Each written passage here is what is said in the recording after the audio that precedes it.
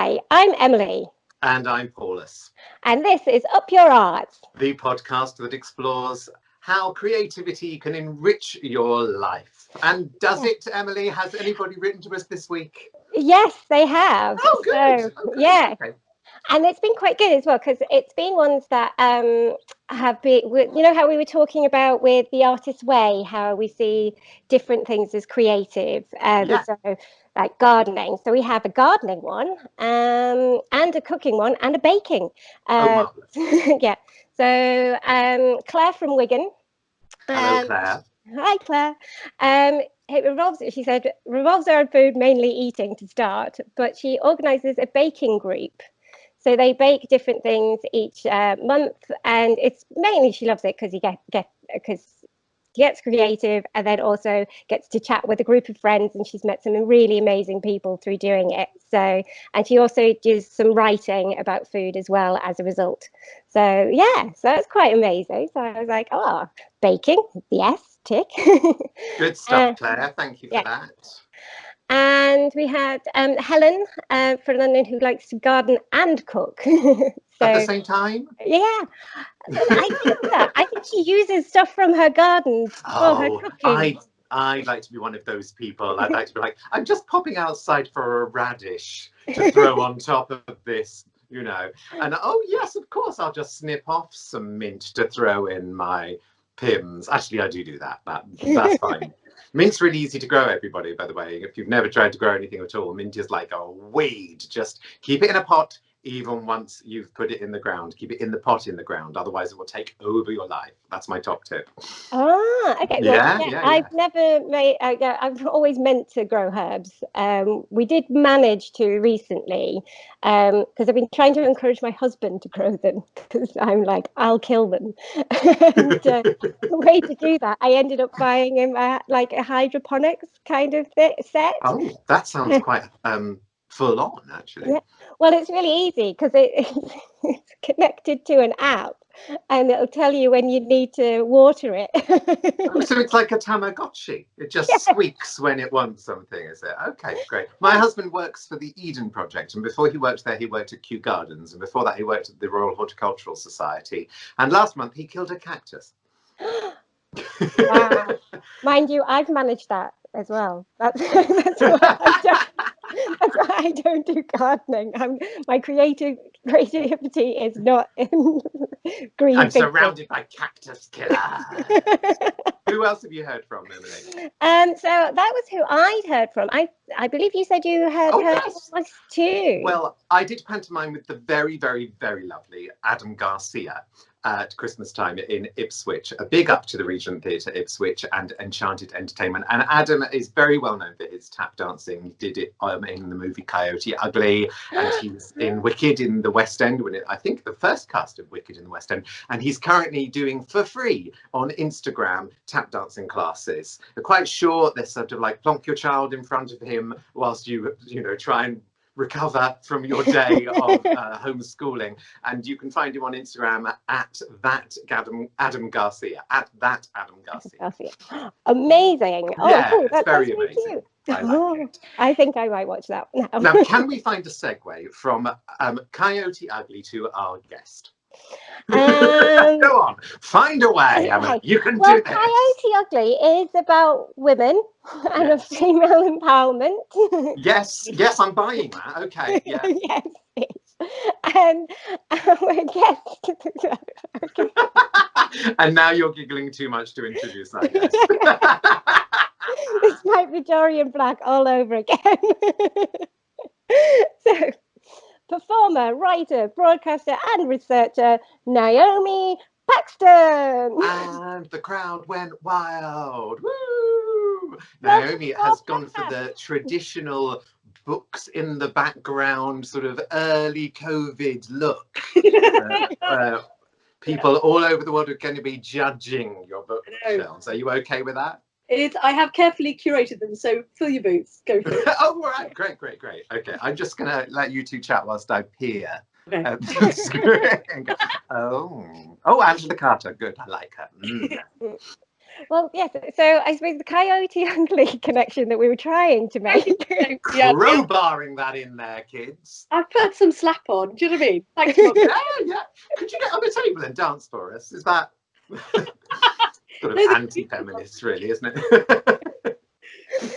Yeah, so Naomi's done a lot with like researching and theatre. Okay, I've lost my words now. I am Why a bit don't you hungover. explain who the heck you are, Naomi? That'll help. Yeah, there we go.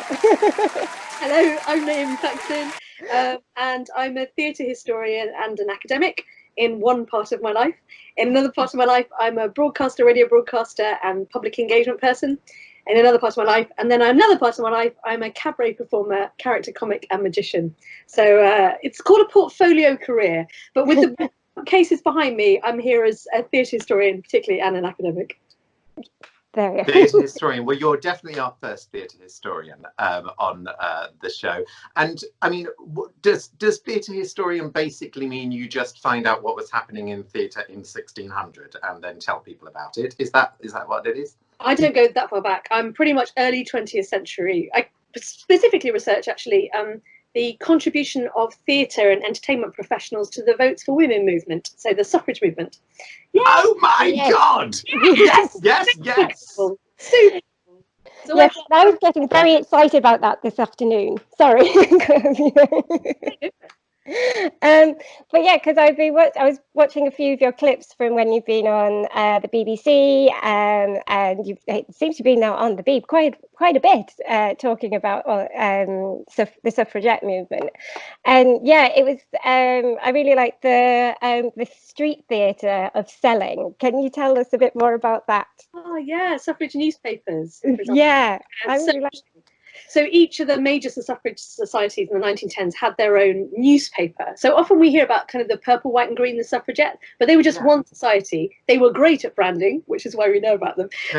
Each different society had their own newspaper. So there was the Common Cause. Now here we get into like the acronyms of the names. So the Common Cause, which was the paper of the National Union of Women's Suffrage Societies. Their colours were red, white and green, and they were non-militant.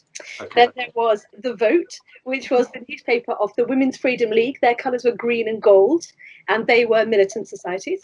And then there was the Women's Social and Political Union, and their colours were purple, green and white. And their paper was initially called Votes for Women, and then they kind of had a breakaway group, and they called it the Suffragette. So basically, it was suffrage newspapers are totally fascinating. They're available. They're all free, available on Google Newspapers. It's just a joy.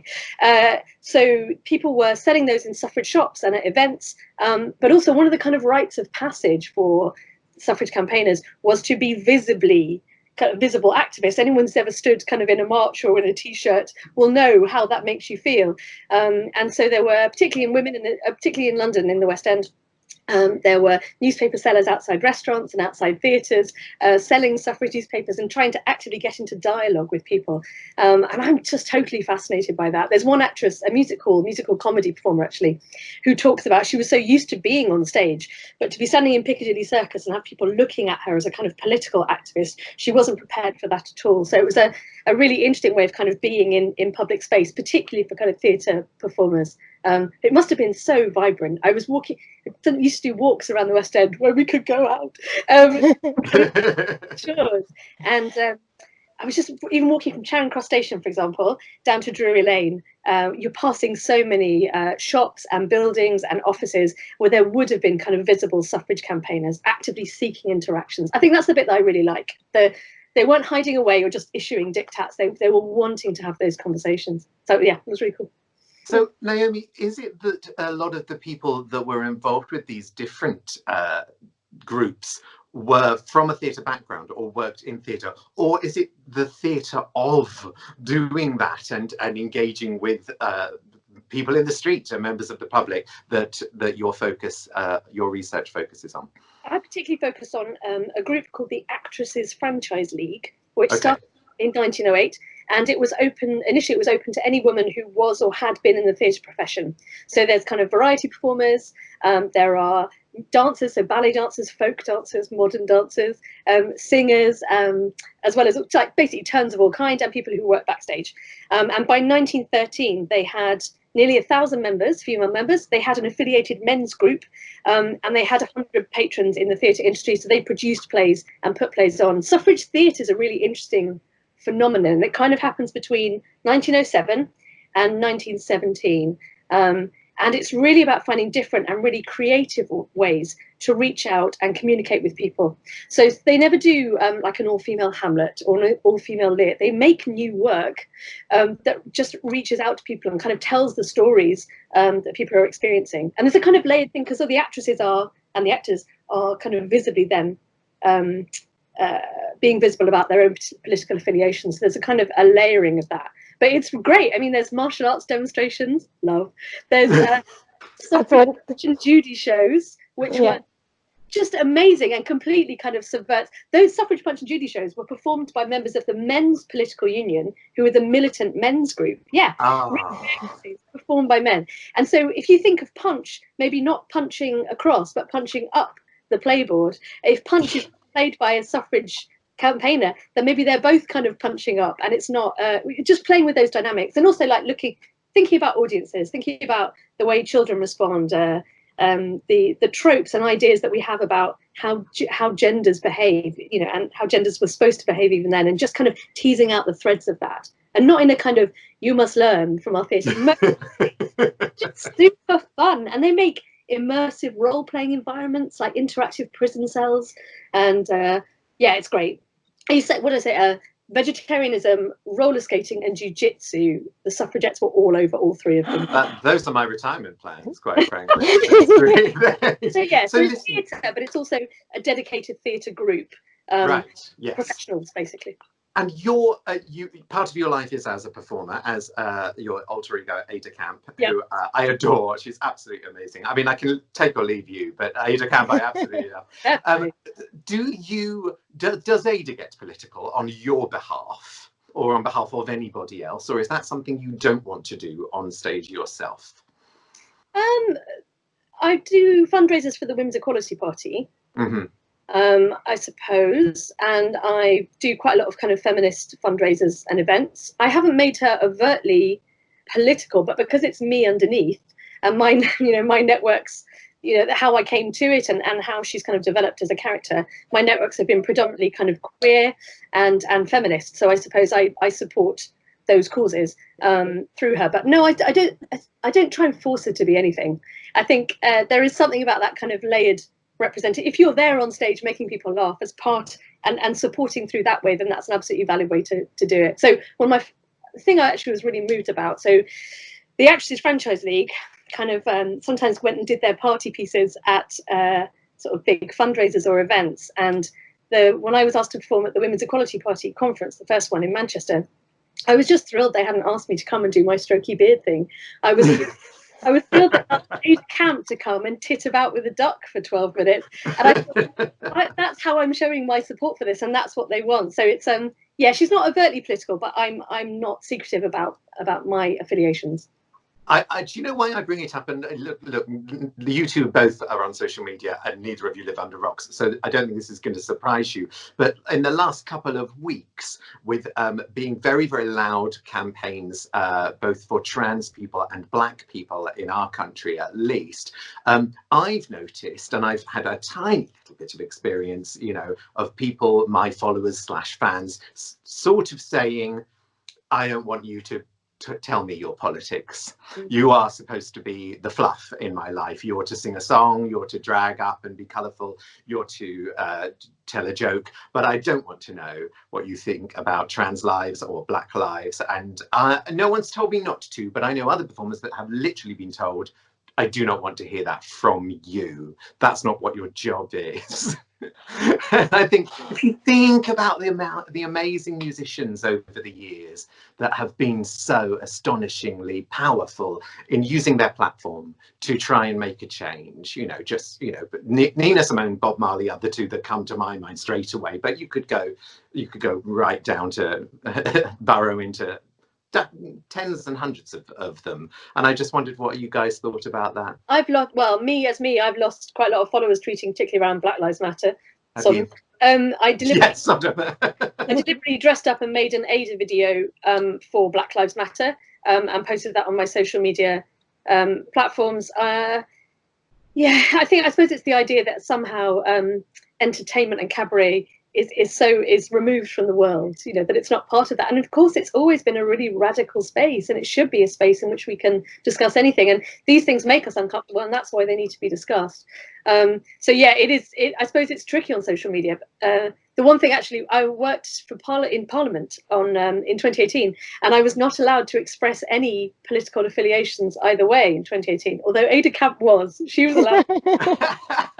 And I'm back at the moment. I'm a parliamentary academic fellow at the moment for this year and next year. So I've signed a piece of paper saying I'm not allowed to express political affiliations again. And that's really interesting. So it's more about stopping myself retweeting things or thinking really carefully about, if I make a point, what I can say and who I'm allowed to sort of be critical of. I'm not important at all, but if I sign the piece of paper, I have to go with the thing. But Ada's a lot freer to express herself. And I just think, you know what?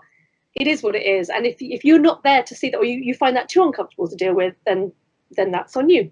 Then you need to take yourself on. But I'm not going to allow myself to be boxed in that way, especially not with really important rights. Trans rights are human rights. Black Lives Matter. These things are hugely important. So yeah, I would go for it. So Emily, when it comes, what's your take on this? When it comes to the artiste and a political stance of any kind, and those two things, sitting together. Yeah. Well, I was thinking about this when I was this afternoon, and what's impressed me in the social media aspect is like Instagram is really kind of paving the way, I feel, with a lot of these movements, with the trans movement and the Black Lives Matter movement at the moment, that's the Instagram is where you see the photos, the kind of, isn't this pretty? It's all kind of quite artistic, and it's now this politically charged social media platform, which is amazing. And I think, and that's where people are going to pay attention more right now, and I think it's brilliant. I've been learning a lot more through my Instagram feed than by watching the BBC. So it makes but it's because it reminds me, there was something that Naomi had said. This is why the thought had come to me. Let me see if at the end of your clip, it's making the campaign impossible to ignore. So the end of it really kind of rang true, because that's what social media is for now. It is to make these campaigns impossible to ignore. People will be absorbing through social media, and I think it goes hand in hand. The being an artist and putting your opinion across on social media, and like Naomi just said, of if you're not interested in that side of me, then off you go. Yeah. So the idea of being popular or populist or having a populist opinion, maybe maybe the cabaret stage is exactly the right place for those things to happen, because once I presume Graham Norton isn't allowed to have wild opinions to the left or the right, because BBC, but I'm thinking 100 years since the heyday of cabaret itself, and if and when we can get back on a platform, a stage that isn't a virtual one, God, isn't there going to be so much stuff to say, to shout about, to rail against? I mean, isn't this exactly when and exactly how we make our point? What do you think, Naomi?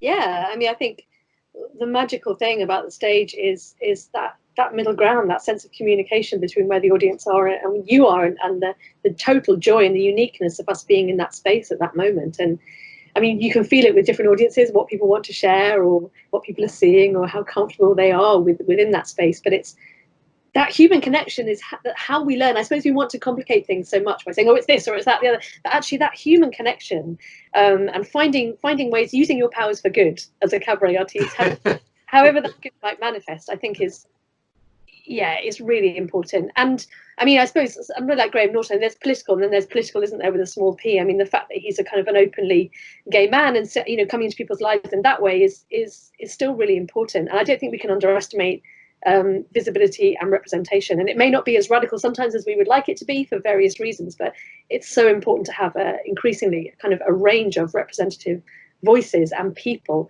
that people can begin to see and get used to if they don't come across that in their everyday lives. Yeah, you're absolutely right. I think just sort of showing up and having a place at the table is, you know, that is actually a very political thing to do. Still, it's a shame that there might be anybody out there that thinks that my existence on, you know, on any sort of airwave is radical. But I think that there must be, you know, baby just steps. because. It's, yeah, baby steps. yeah. Yeah, keep smiling. But I like the idea that entertainment maybe should be, definitely can be uncomfortable. You know, I think the idea that just because someone is an entertainer or that we're about to watch a piece of entertainment, that everything about it we're going to be okay with, and everything about it we're going to agree with is sounds terribly dull to me. But clearly there are people that don't want to be questioning things when they're having their downtime, where they are to want to relax. Yeah, it's interesting. It's the kind of foregone conclusion of it, I suppose. In that, yeah, I don't want to be particularly uncomfortable when I go to a place of entertainment, but I also want a performer, if they're talking about politics, to be allowing us to contribute. It's not a foregone conclusion. They're presenting their results to us, and I must sit and be educated. It's not about that. Finding a way to do it, which, you know, Suffrage Theatre did actually, of doing it with and through, of needing other people to be there in order to think these things through and to make them happen, and to come to conclusions that may change and go. It's that process of learning and unlearning, isn't it? So there's a generous uncomfortableness where I suppose you open yourself up to those questions and say, actually, I don't know what this is, but this is how I feel, and this seems wrong, and that doesn't join the dots, and what do you think, and how can we make this better together, rather than just, this is wrong, you're wrong, you need to think like me. Well, maybe that's why the cabaret stage is the place to do it, because if we adhere to the most modern definition of cabaret as there being no fourth wall between the audience and the people on the stage, then it is a question, it is a dialogue, right? It's not a monologue. And maybe there's something about, you know, social media posts and there being a kind of fait accompli about them, unless, of course, you comment below saying that you feel otherwise, that is rather different to having something being offered up as an offer. Actually, maybe that's the key. I don't know. I suppose it's how you see yourself with it. Like the Black Lives Matter, it's not important that Ada contributes to that debate. That's not of any interest, and she's not the focus of that at all. But for me, it's important that Ada is there for followers to show, you know, to say those really obvious things, to say that Black Lives Matter, and to contribute to that a little bit. So it's not to hijack hashtags or make it all about something, but it is to show and to show a range of support and to honestly respond to moments as you feel you should as an artist. And that's the only way you can really move forward and grow, is to honestly respond to things and potentially make mistakes, and then potentially get better and do make more mistakes further down the line. You have to move. As usual, I've completely derailed things, and all of the questions have gone out the window. They'll be back in a minute, I promise. Sorry. But I want to share with you all this story. So I posted Black Lives Matter post on my Facebook page maybe 2-3 weeks ago now, quite early on, and so good me, pat on the back, marvelous, going to heaven. And the first person to comment on it, I won't tell you exactly what they said because it was very lengthy and quite flowery words, but they were pointing out that this was rather obvious to them and something they'd heard many times before, and they didn't need me saying it. But of course, that's just one person. What about all the people that do need to hear this message? I don't know. And then this was absolutely tremendous. 4 white middle-aged men all shouted at each other on my Facebook page for a week, and I said nothing for an entire week. Just like, let them go. Let them run in fields together. It's great.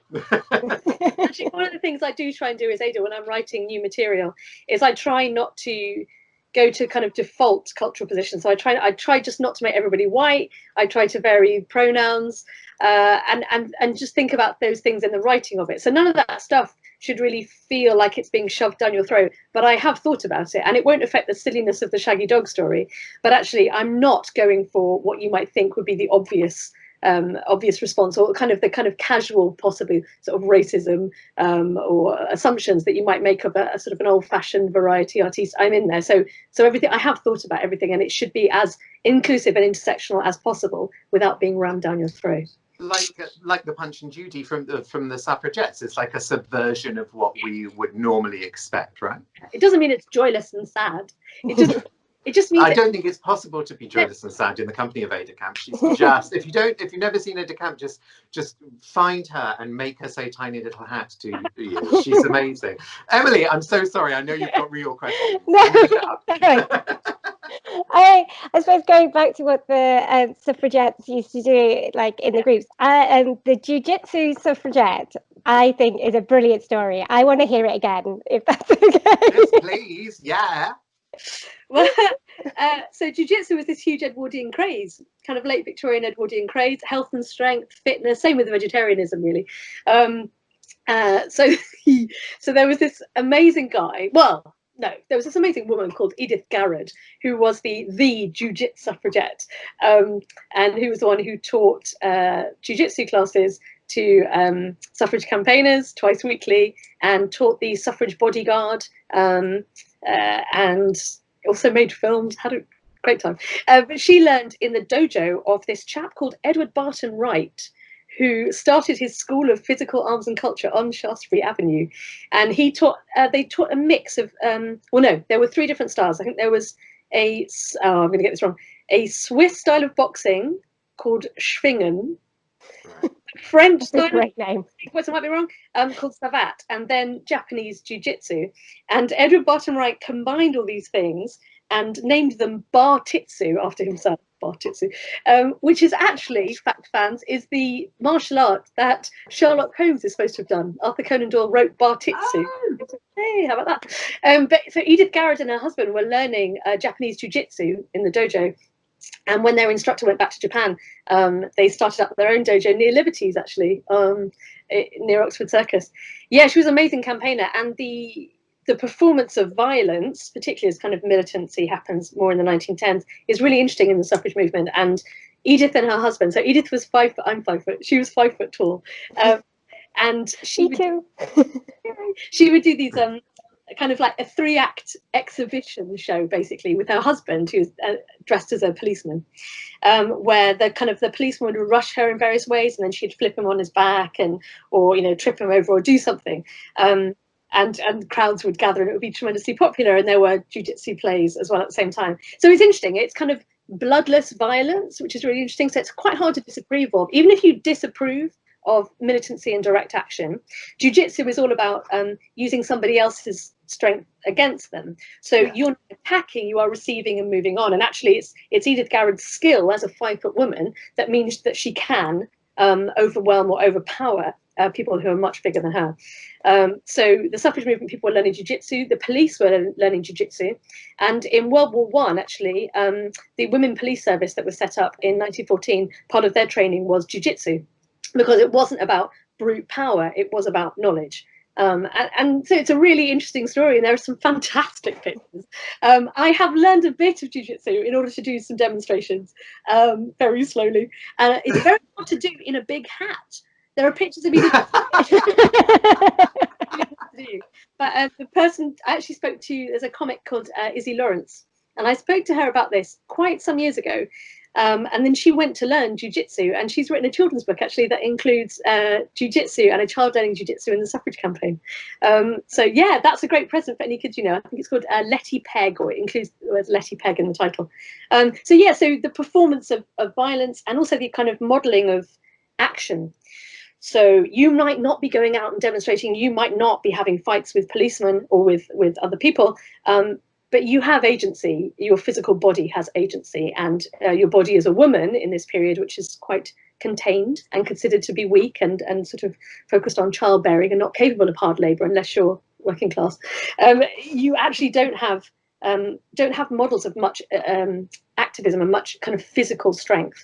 So it's a great demonstration kind of for all the family, and funny. It ends up with her standing one foot on the prostrate policeman, wearing his helmet, and kind of shaking her fists. Great. Just great. I mean, as an example of, you know, as an answer to the comment, but what can I do? I'm just one person. I don't have any power. I'm just one little person. It's a brilliant answer, isn't it? And I hope it's an answer people hear as we try and navigate a new world, especially a world that tries to protect the arts in some way. I was actually listening to the news just before we all came on this call about about the arts and how much money is going to be lost to the economy, to just that alone, you know, in the next year. If you take last year as any example, I think it was over £10 billion the arts brought in to the UK, the arts and culture, more than agriculture these days, kids. And obviously they get subsidised nicely, and I'm sure they deserve to. But yeah, so I guess I'm saying that because I want anybody that's listening that thinks that they can't do anything, or haven't got a voice, or haven't got a presence, or an agency, as you say, to think again, because we're all going to need to fight a fight. Do you agree? Yes, I agree. Yes, I do. I think. Is there going to be a fight? Are we going to have to fight a fight for the arts? That's the question. That's what I want to know. I suppose the commercial industry is very different to other parts of the arts industry. The kind of interdisciplinarity of a lot of the arts, thinking of applied arts in all kinds of ways.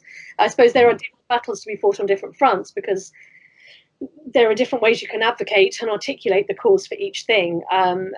I think it's ironic, isn't it, given that how many people have kind of fled to the arts for entertainment and solace during this lockdown period, and yet how happily some people, well, I don't need that. Well, everything around you has been created and designed, and maybe we don't really appreciate or let people in enough for them to appreciate the labour of that. And we are having these conversations about access and whose voices are represented. And actually, if people don't value the arts, it's probably because they don't see themselves represented in it.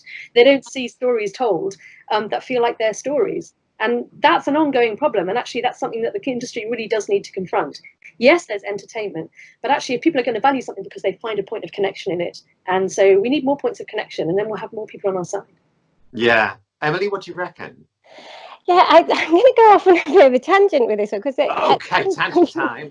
Have we got a jingle for tangent time? Tangent time, tangent time. Can we have one? Yeah, because when you asked that, the first thing that came to mind was my nephews. So one of my nephews had just started to learn to play the piano at going into lockdown, but has been able to keep up his lessons via Zoom. He did have a moment where it all sort of like fell to pieces, but he did a hornpipe last week and he's improving really well. And my other nephew, there's two things about my other nephew, because he's taken up the guitar, so that's something that he'd never picked up before lockdown. So he's finding an interest in music as well. And when he was trying to articulate at the beginning of lockdown about how he felt, I might get a little emotional with this. He wrote a lovely poem. I have to. I've got emotional. That's allowed. Yeah. And it was. He wanted to be a dog. That was the name of him. It was just how the dog. Oh my God, sorry. Clearly, I have had an emotional couple of days, but anyway. So he wanted to be. It was just the way that the dog didn't know what was going on, and he was happy, and he kind of wanted to be the dog. So yeah. So I suppose we have to fight for those kids who have found these new artistic pastimes. I really like like drawing and things like that, that, you know, when they go back to school, it's like going back to the art of education that we did with Stormina. It's like trying to keep that flow going, because that's what's kept them through lockdown, the kids, and that's what we need to fight for, is so that they can come through and keep the power, the love and the power of the arts going. Does that make sense? Well, if we're going to, you know, talk about the children being our future, as Whitney so beautifully put it, then what is the message from history? What does it tell us from theatre history, Naomi? Or what do you want to, you know, strike forward with as a you know, as a message from Naomi or Ada? Is there anything? I think okay, so based on what we're talking about, so based on my research, I suppose that so I've been looking back at the campaigning that the Actors Franchise League were doing in the Edwardian period, and they were campaigning for equal pay and employment opportunities, and end to sexual harassment in the casting process. My God, that sounds like, was it yesterday? And casting, access to employment opportunities for women backstage in administrative roles, stuff that we're still campaigning for now. Yes. And there, I suppose, the positive takeaway, to be Pollyanna about it in a way, is to realise that there will always be people that seem like the gatekeepers and the bad guys, but actually it's systemic. It's inequality, it's created, and it's systemic within the industry, and that these fights have been going on for a long time, and change is so tiny, but actually there are really strong shoulders to stand on. And a lot of us, when particularly when we want to be performers, I mean, for me, it was like university and then drama school, you know, you come into an industry with a very specific focus, and you don't particularly feel that you want to be radical in that moment, because you're on a roll and you need to network and learn, and that's kind of how the industry works. But then you come to it slightly later in life, or when you've worked professionally for a few years, and you think, hang on a moment, what? Who's running this stuff, and whose story is being told, and what am I saying again, and how am I being cast again and again, all that kind of stuff. So I suppose if I was thinking for younger people, I'd say, good luck. It's a massive systemic issue, actually, and it requires radical tearing down. You can go to people and say, please, would you listen to our voices? I'd love to be part of your club. But they'll never really let you in, because that club's not designed for you to be there. And so you have to start again, and you have to really think about what you want it to look like. In 1913, the AFL started something called the Women's Theatre, and this was actually a project that was going on across Europe and in America as well. And the Women's Theatre in London, men could be part of it as performers and as playwrights, but it was designed basically to create an alternative old girls network that could eventually kind of compete and work with the old boys network, because women weren't allowed to work backstage, and they weren't allowed really to work properly as producers. They weren't allowed to be part of those economic networks. And so the idea was to train up women, to start a casting agency that wouldn't objectify women, that cast women against type, that made it more exciting, that created more roles, and then hopefully train up women and men, younger women and men, who would then be able to work equally in the theatre of the future. That was the dream. In America, they had creches.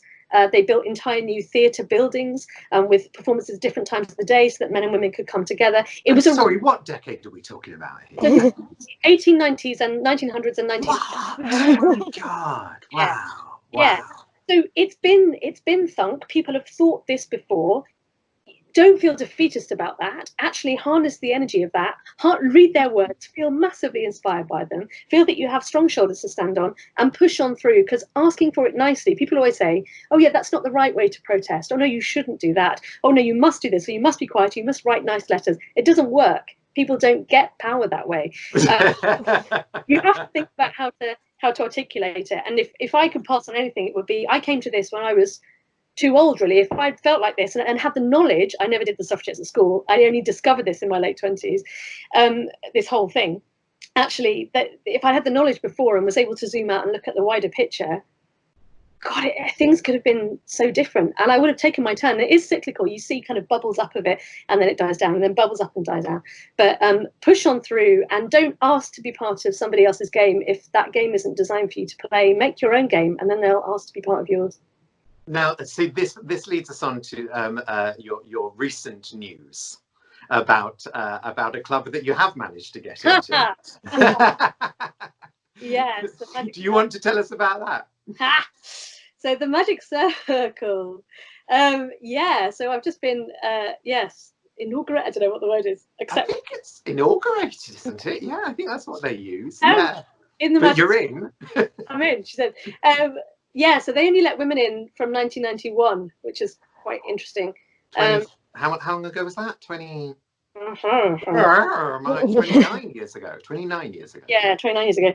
I actually wanted to be. Remember, I found out in 1911 there was this amazing suffrage fair. The AFL were performing, but they had this brilliant, like, bizarre suffrage fairground that the men's political union were running, with kind of suffrage shies and all kinds of cool stuff, and a ride in a Black Maria police car and all kinds of stuff. And there was a magician there who was doing his conjuring tricks. I thought, this is really interesting, because the magic circle was all male, and who's this guy, and why is he involved with this? And I wasn't able to get very far with it.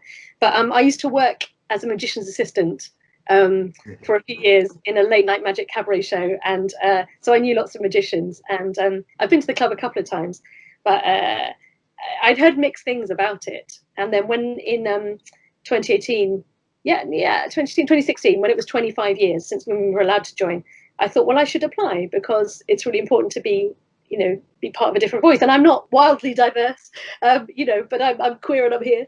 So I could be, a different person in that environment. And I applied to join them. But this year it's finally happened. So yeah, the Magic Circle. Although, yes, so I cannot wait to go look in the library, find out more about this chap, find out more about the contribution of magicians to the suffrage movement, and if there is any documentation there. And if not, why not? Yeah. Ooh, yeah. I think we've got time for one more official question before we run out of time. Yeah, well, I was just going to say, I think there's something that you want to plug. Yes. Is it behind you? Yes, there is. If you're interested in suffrage theatre, I have 3 exciting treats for you. So I have 2 books, collected editions of suffrage plays. One that came out in 2013 and one that came out in 2018. They're all really playable and fun. Big casts, monologues, all kinds of cool stuff. But the main thing is this book. This is everything you'd want to know about the Actors Franchise League and loads more, which is coming out in paperback in September and is available for pre-order now. So as Emily found out when she looked it up earlier, it's super expensive because it's an academic book, but in paperback, it's not as expensive. So if you're interested and you really want to learn more about performative activism and about the work that women and men were doing in the theatre as part of the suffrage movement, then yeah, this book is Stage Rights, is coming out in September in paperback. Thank you. And the other 2, Naomi, you edited those, so you compiled them, did you? Yes, so I've edited these. So this is 2013. We launched both of these at the National Theatre, actually. I curated an exhibition at the National Theatre last year about this work as well. And there's a card game, if anybody is interested in the Suffragettes. It's Suffrage Top Prize. Yes, I want the Suffragettes. Yes. That's again features women and men from the suffrage campaign, so you can find out kind of what people were doing, and look at our arbitrary categories and play the game. So that's all the plugging. So thank you. I think I'd like to suggest that Arbitrary Categories is a really good name for a band of people that were rejected from all other bands, because they didn't fit in. For those people that aren't watching on YouTube and they can't see how much smiling you've been doing and how sunny and happy you seem, because we said the word militant quite a bit today, and we've said radical, but you don't seem furious about all of the things that we've been talking about, Naomi. And it's nice to think that radical and militant doesn't mean angry all the time. You know what I mean? It does mean angry. It's about what you do. It does mean angry. It's about what you do with that. Right. I think positive motion forward is important. And I am quite a grinny person as a rule. And I'm not very good at being kind of angry and sad. I'm quite better at kind of recognizing that anger and go, okay, that's really annoying. What can I do in my tiny way to articulate that, mitigate that, move that forward, draw attention to this? How can I help? And I suppose it's positive energy. It's using powers for good. No, I'm totally angry and frustrated, but, but I'm not defeatist. That's the difference. Optimistic, and I have hope for the future, and I want to play my part in making those tiny changes that will hopefully one day lead to something better. That's Amazing. Absolutely brilliant. It's brilliant. It is brilliant. You're inspiring to listen to, inspiring to talk to. For myself, I feel like I'm going to go and try and find a little cape somewhere in my house and ask myself, what is my superpower and how am I going to use it in order to make this place better? Because I'm quite sick of it not being better, really. Already, this is a brilliant way of talking about it and articulating it for your brilliant online audience. It's fantastic. Yeah, well done. Yeah. Ah, Emily, how are you doing? Are you still tearful? I'm okay. I'm now thinking I might go learn Jujitsu. Yeah. Come on. Because will you put it into your burlesque classes, please? Like just throw in what was the style of Jiu-Jitsu we were talking about earlier? Japanese Jiu-Jitsu. Yeah, the one that began with B. The Bar-Jitsu. Yeah. I want to see that incorporated into burlesque. Yeah, definitely. Okay, all right. That can be my next project. That would be amazing. Bar-Jitsu burlesque mashup. Yeah. They also, Edward Bottom-Right had the biggest, longest moustache. Oh, wow. Feels very cabaret anyway, in its kind of energy. So it'd be I think so. Okay, yeah. I'm going to write down these ideas. Please let's all meet at a cabaret one day when we can. Yes, please. That would be marvellous stuff. Listen, we are running out of time rapidly, so we're going to say thank you very much to our tremendous guest, Naomi Paxton, aka Ada Campe, and the crowd went wild. And guys, don't forget to follow us, like us, and do all those things that everyone's always telling you to do. It's a very bossy world, isn't it? On Apple Podcasts, you can leave us a review, and we like them. And on Twitter, we are upyourarts@gmail.com, and upyourarts is the Twitter handle as well. Sorry. Lockdown got my words. Is that happening to anybody else? I'm just losing the ability to broadcast, which is not great when you're broadcasting. Emily, lead us out. Thank you. Thank you, everyone. Let's say goodbye. Goodbye. Bye-bye. It's enough. Stop. We're ahead.